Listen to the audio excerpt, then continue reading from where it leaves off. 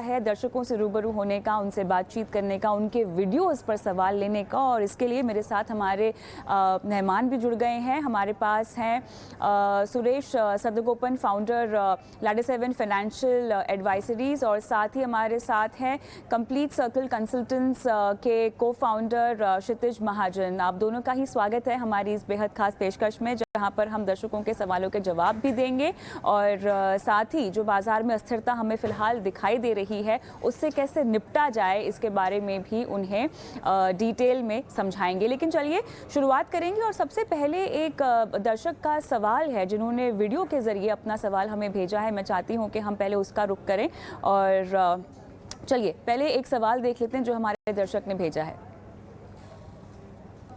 Hello, good evening ma'am. Actually मेरा नाम अख्तर हुसैन है और मैं बिहार सिवान का रहने वाला हूँ और अभी मैं फ़िलहाल दुबई में जॉब करता हूँ। तो मैंने कुछ म्यूचुअल फ़ंड्स लिए हुए हैं, तो मैं जानना चाहता हूँ कि जो मैंने म्यूचुअल फ़ंड्स लिए हैं क्या उसमें आपका रिव्यू चाहता हूँ कि क्या मैंने सही सिलेक्शन किया है या उसमें कुछ मॉडिफिकेशन या कुछ और ऐड करने की ज़रूरत है। तो मैंने मैम जो है पराग पारिख का एक फ्लेक्सी कैप 1000 मंथली लिया हुआ है, एक्सिस मिड कैप का 2000 का एक मंथली लिए हुए है और SBI स्मॉल कैप 1000 रुपये का मंथली एक मेरा म्यूचुअल फंड चल रहा है।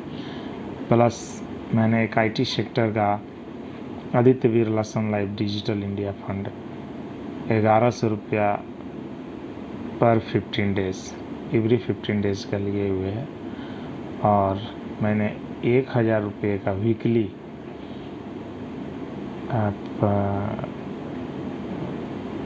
मेरा एसेट लार्ज कैप लिए हुए हैं। तो मैं ये जानना चाहता हूँ कि मेरा जो फंड सिलेक्शन है क्या सही है और एक्चुअली मुझे इससे एक टारगेट मुझे 20 से 21 सालों के बीच में मुझे 1.5 करोड़ रुपए का टारगेट है।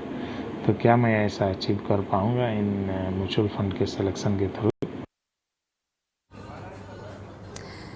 चलिए क्षितिज, आपके पास आएगा ये सवाल। और फिलहाल जो ये हजार रुपए की SIP कर रहे हैं, ये आपको कैसे लगती है? फंड मिक्स कैसा लगता है? और इनका नज़रिया तो वैसे लंबा ही है। बहुत इंटरेस्टिंग पोर्टफोलियो है। एक लार्ज कैप है, आपका मिड कैप है, स्मॉल कैप है और तीनों ही बहुत अच्छे फंड हैं। साथ में एक फ्लेक्सी कैप है जिसमें इंटरनेशनल फंड एलोकेशन है जो पराग पारिख है। 30% तक इंटरनेशनल एलोकेशन पहले वो ले रहे थे। अभी जब से RBI का विंडो ओपन नहीं हुआ है एड ऑन करने के लिए इंटरनेशनल फंड्स को, तब से नई एलोकेशन में नहीं ले रहे हैं। पर हैविंग सेड दैट पुराने में है एलोकेशन उनकी। और साथ में एक डिजिटल फंड लिया है जो एक अपने आप में एक बहुत ही बैलेंस्ड अप्रोच है पोर्टफोलियो की। I am actually impressed Akhtar ने जो पोर्टफोलियो पूरा कवर आउट किया है।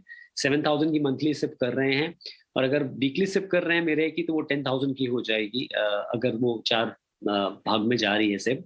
सो 7000 और 20 साल में 1.5 करोड़ की कोई राशि इकट्ठा करना चाहते हैं तो अगर इसी अमाउंट की सिप करेंगे 7000 की तो लगभग 70 लाख के करीब इनके पास राशि इकट्ठी होगी। पर अगर ये 10,000 की करेंगे तो उसमें कोई 1 ईयर की राशि इकट्ठी होगी। तो दोनों ही केस में पर्पस सॉल्व नहीं होगा, तो इनको इनकी सिप को स्टेप अप करना पड़ेगा। तो स्टेप अप का मतलब होता है हर साल जब भी इनकी आय या इनका बिजनेस है, दुबई में जॉब करते हैं बताया, इनकी अगर इनकम बढ़ती है तो 10% से अपनी सिप स्टेप अप करें।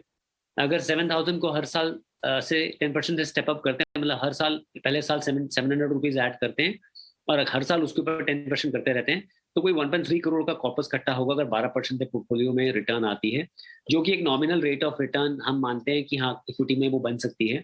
और अगर 10,000 के सिप को स्टेप अप करते हैं तो इनका जो पर्याप्त कॉर्पस है वो 1.556 के आसपास का करोड़ के आसपास का इकट्ठा हो जाएगा। सो पोर्टफोलियो बिल्कुल ठीक है Kavita, no need to change. It is just that input value थोड़ी बढ़ानी पड़ेगी और आपके पास अक्सर अच्छा टाइम है।